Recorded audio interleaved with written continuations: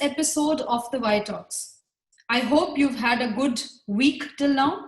I also hope that you watched all our videos and definitely checked out the last one. Keep the suggestions coming, keep your love pouring. It really helps us to improve ourselves and also get you content that you would like to see. In this episode, we have Shruti with the update section. Shruti is a research fellow at the India Foundation. She's also the assistant editor of the India Foundation Journal, and Shruti is a Young India fellow. Welcome, Shruti. We also have Soumya with the review section, and we have Hamsa with the shout out section. First up, let's go to Shruti to hear about her updates.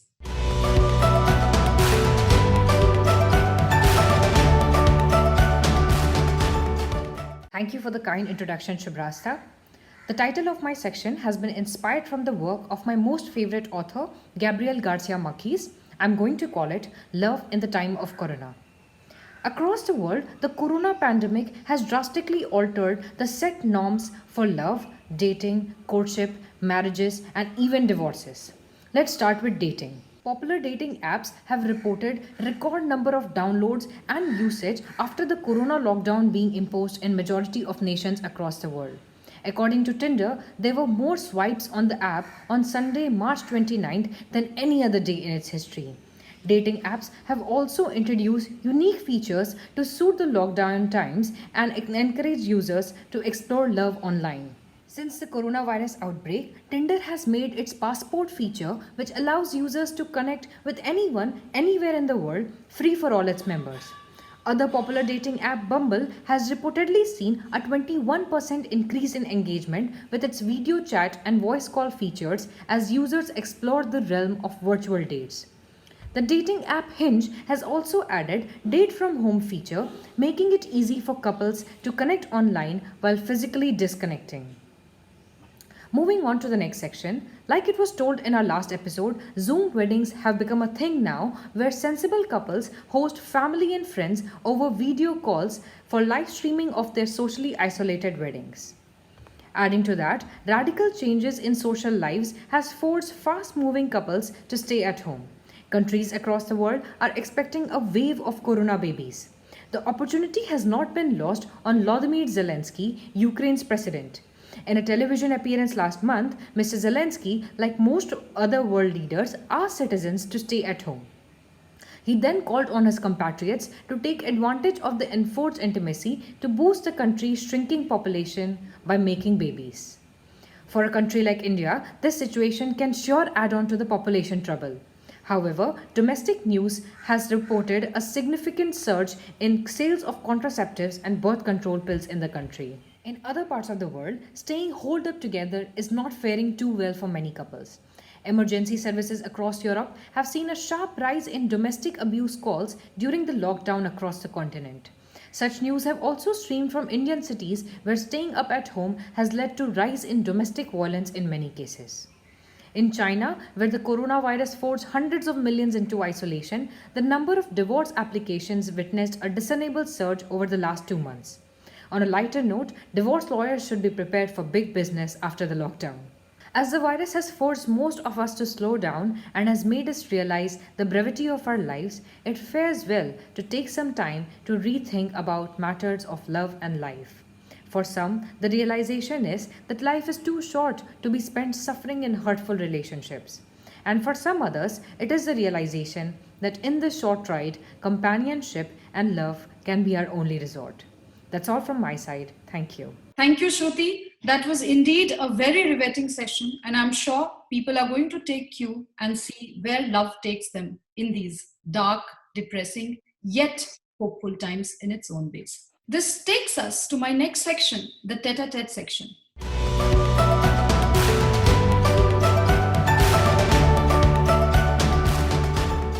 Hello and welcome to this edition of the tete-a-tete section.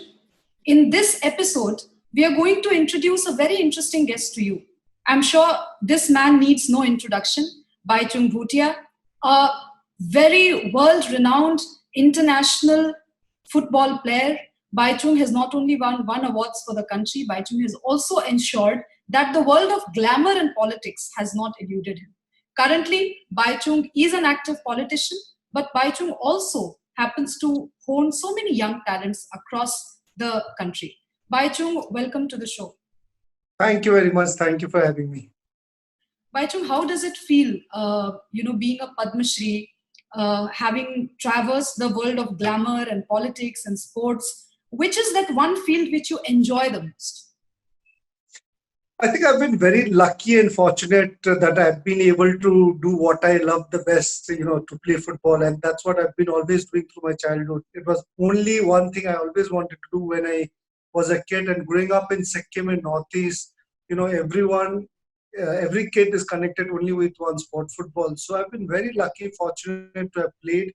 And with that, because of that, I've been able to achieve whatever I've achieved so far because of football. And being able to see many places, have that exposure, have that experience, and connect with a lot of people. So so it's been very, very good, and I've really enjoyed what I've really loved to do.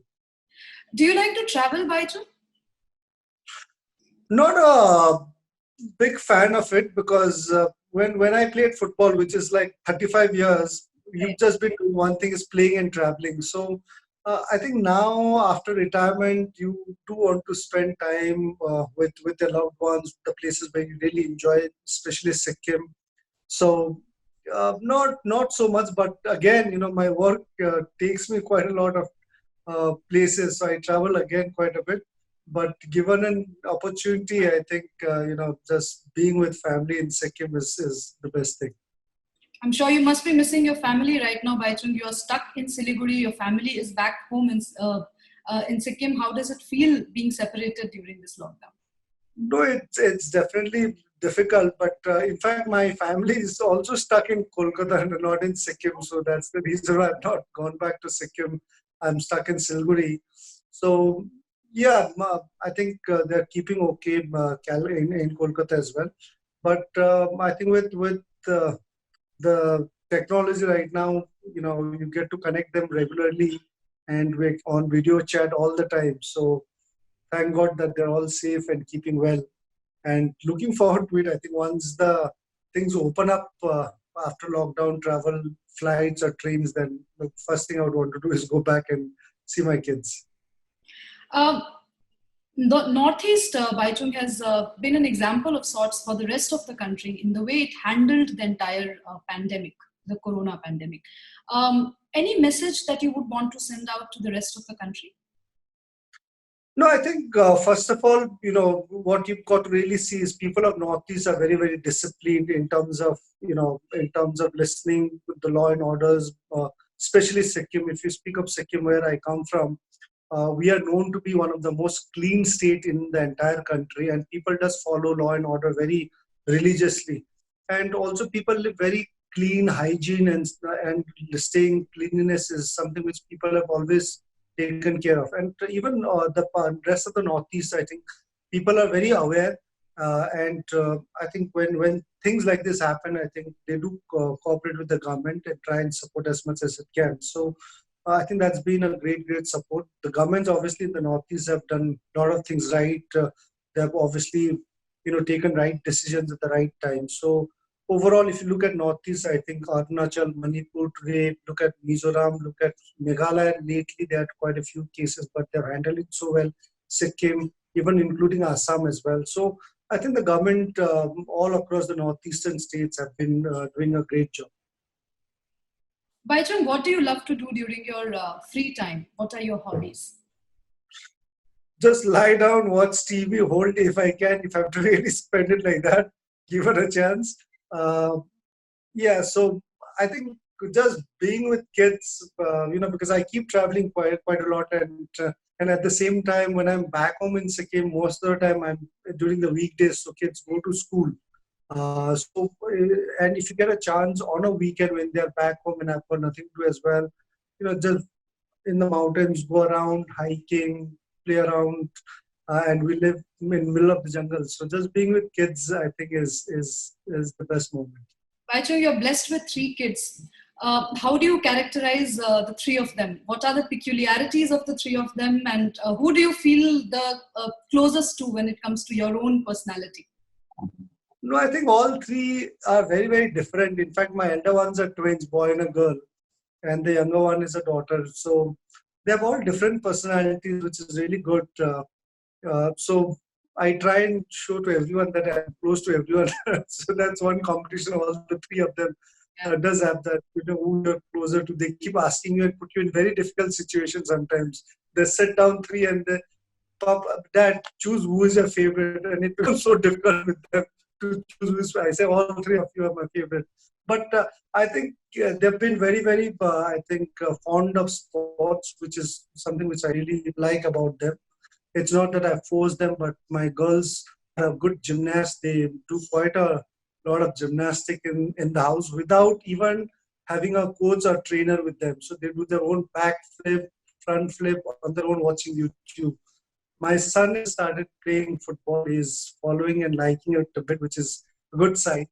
But apart from that, I think they've just been happy, and I think they spend most of the time with their mother. So I think she's done a great job in bringing them up well. Right. Baichung, how has the world of politics been for you? Do you think you are cut out for politics? Uh, it's been very, very challenging. But things that with every elections every year, I keep learning. And it's difficult because, when you try and do a lot of good politics, sometimes it's more challenging. And now I've started my own political party that makes it even more difficult. And places like Sikkim, obviously, I think with a lot of young generation and a lot of youth within our own state as well, politics slowly is starting to change in Sikkim because now people are looking at the right people to really, govern the state. But I'm sure it still take time. But it's been challenging. It's been good. It's been difficult.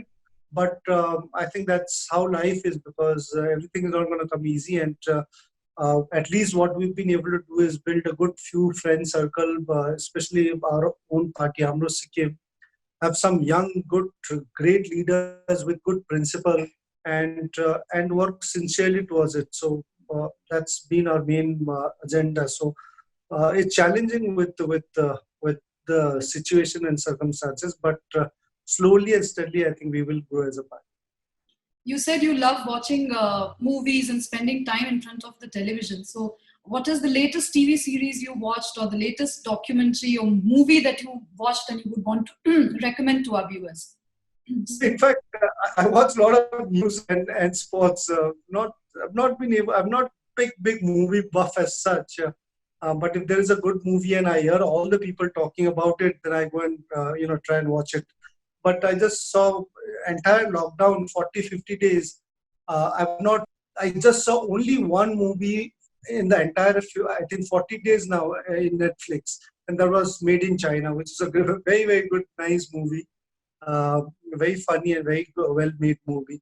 But imagine I've not seen a single movie in this entire 40 days in Netflix. But we've been watching a lot of news and things happening around. So, yes. Baichung, before you go, I would want you to recommend to the young viewers who would want to explore Sikkim, or anyway go to Sikkim and the northeastern states for their, for taking a respite from the dreariness of life. What are the places that you would recommend them to go to in Sikkim? Cafes that you would like, interesting places that you would recommend? No, I would through your channel and through your digital platform, I would request everyone to visit Northeast because I think it's a very beautiful place. It's not been explored so much in India. So with the situation now, I think you've seen that Northeast is very safe in terms of even coronavirus as well. The government and it's not affected so much as the rest of the country. So I would definitely recommend people to visit Northeast. And especially even Sikkim because Sikkim is natural, it's very beautiful. So I've started my own homestays or home retreat, which is 3-4 rooms. So I think you should visit one of my village for sure. It's very, very beautiful, Tingitam. Apart from that, I think Sikkim has got a lot of beautiful places to visit. But I think people should now look at doing a lot of village tourism, helping people in the rural areas because there are beautiful places in all the entire Northeast rural areas which are very, very beautiful. And if people go and visit them and really stay and experience their life, I think you're not just, going and seeing beautiful place, but you're also helping the rural area in those northeastern places. So it's beautiful. So I think people should now look at doing, tourism wise, should look at doing those village and rural tourism where they can stay with the families and do a lot of homestays, which is nice, clean, and beautiful. Thank you, Baichung. Thank you for speaking with us. Thank you for giving your time. It was an amazing experience talking with you. And I'm sure youngsters out there will take a pledge that immediately after the lockdown gets over, and if they plan to visit any place, it should be the Northeast. Thank you for being that with me. Thank you. Thank you very much. That was Baichung Bhutia with us. We'll be back with another guest. We'll be back with another personality that you would like us to have a conversation with. Keep your comments coming. Keep your suggestions coming to us. It really helps us curate this section for you. Churn is your platform, and we wish to make it an enjoyable experience for all the viewers out there. This takes us to the next part of our talks today. I invite my colleague Soumya with the review section.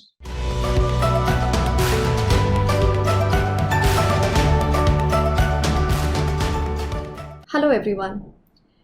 Cinema is a profound tool of storytelling, not just of fictional but also of real-life accounts. Today's segment is about one bitter account of 19th January 1990, which left a dark stain on the democratic and secular fabric of India, but surprisingly remained invisible for years to come for most eyes. I am talking of what was largely called the Exodus of Kashmiri Pandits. Although movies like Mission Kashmir, Hero the Love Story of a Spy, and Heather make passing references, I'll be sharing one documentary and two movies which have extensively based their premise on this incident. In 1994, a documentary titled And the World Remained Silent was released. The creator of this 20-minute documentary, Ashok Pandit, made one of the earliest attempts to document the incidents that led to the Exodus and what followed it. He himself is a Kashmiri Pandit. He later created a full-fledged feature film in 2004 called Sheen, where he showcased the various factual details of the Exodus interwoven in a love story. Now, this story is also about how one of the characters is constantly trying to make the horrors hurt to the government and the international community. Early this year, Shikara was released. A Vidhu Vinod Chopra movie, several bits of this movie is based on the book titled Our Moon Has Blood Clots, written by Rahul Pandita, who is also a Kashmiri Pandit. The movie is largely about a young Kashmiri Pandit couple having forced to vacate their ancestral land in 1990, and the constant effort of the protagonist to write letters to several world leaders, drawing their attention towards this incident but failing at it. Now, some things remain common between the two movies. The Exodus, the love of the community for their thousands-of-year-old land and heritage, their longingness to return to the valley, and the resentment towards America for having indirectly financed this terror. However, there are two major differences. While in Sheen, the Exodus is majorly orchestrated after the speech of then Prime Minister of Pakistan, this speech finds a passing reference in Shikara, probably suggesting that there are other incidents responsible as well. Secondly, Sheen documents a very hard stance detailing tiniest of the intricacies, whereas Shikara takes a softer, fictionalized stance, focusing more on the couple than the incident. And probably it is because of this that it faced certain criticisms for having romanticized terror, which left the community live like a refugee in their own country.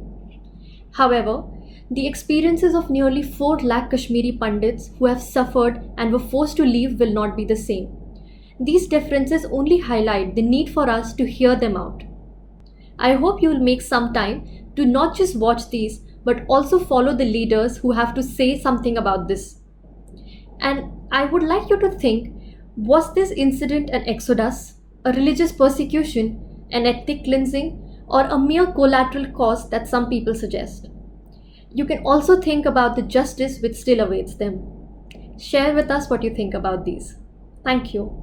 Thank you, Soumya. Thank you for giving us an overview of what went in the 1990s. Most of us were completely oblivious to the reality because of the chosen silence of the media and the academia and the world at large. I hope these movies will give you certain glimpse into what went on in the 1990s, about which we need to know more, learn more, read more, watch more, and go and explore more. Now I invite my colleague Hamsa for the shout out section.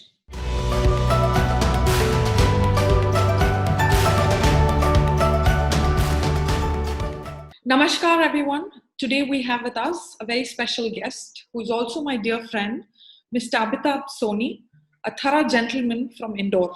Hardik Shubhkamnaएं, Amitabh ji, and a very hearty welcome to White Talks. धन्यवाद आपको बहुत बहुत धन्यवाद मुझे आमंत्रित करने के लिए. Thanks a lot for that.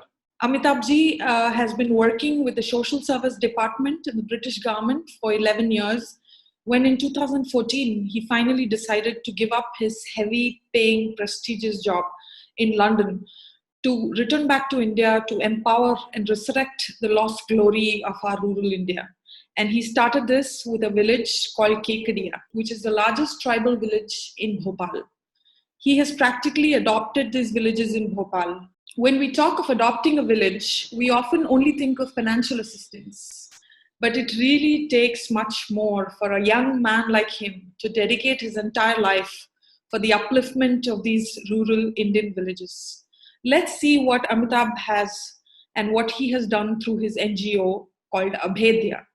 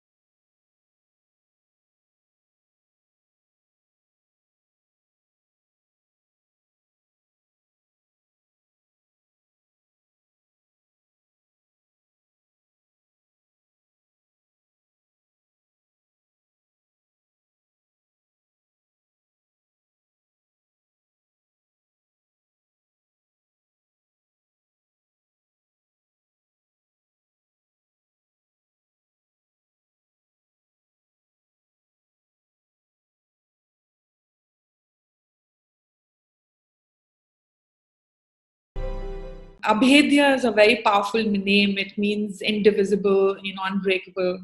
Why did you pick it? Well, a civilization like ours, which has been invaded and brutalized for about 1,000 years, it's high time we decided that we are abhed, that is undaunted. And specifically, I would say culturally, we need to be abhed. So that's the larger concept behind it. My next question to you would be, did you ever once regret, losing or leaving rather, your cushiony AC life, 9-to-5 job and, leave your laid back weekends? Did you ever think of that? See, being in London for all these years, the basic idea was to learn how a vibrant democracy works. And these countries are good, they're very good. There's a huge learning curve, you can learn so much, but they are like 5-star or 7-star hotels as well. So you do feel good being there, but after a few maybe days or weeks, even if you're on a holiday, you want to come back to home. And you want to come back home because that is you and it is yours. So for that simple reason, except for a few relations I've made there, my friends, I don't miss anything there. Absolutely. It's always nice to be back to your own land, especially India, which I consider as the land of divine discontent. That's very beautiful, Amitabh ji. A big shout out to you, Amitabh ji, for your kind and revolutionary initiative. We at White Talks convey a heartfelt appreciation and gratitude to you for this noble vision. All the very best, and we wish you a blessed life ahead. Thank you for joining us. Thank you to you too, and a Ram Ram from our entire village. That's the greeting we have in our villages. So Ram Ram to you and the entire team. Thank you. Friends, that was Abhedya with its founder Amitabh, who has left us with a very important message, especially for the youth in India. Hum kare punah sansthapan. Let's together reshape our country. Join in to make a new India. Find your ways to contribute to the creation of a new India and let us know what you did. But don't forget, stay tuned with us for more such inspiring and thought-provoking stories. Thank you and have a good day. Thank you, Hamsa, for bringing out that very inspiring story of Amitabh Soni. I'm sure many youngsters watching this show and sharing this show would know that there is very little to life if we are not able to contribute much to society. Thank you for bringing that story out to us. I hope you are enjoying our sessions. I also hope that you follow us on social media. I hope you've subscribed to our YouTube channel. Also, please press the bell icon for notifications and watch the new video whenever it's uploaded. That's all for today from our side. Stay safe, stay indoors, keep in touch.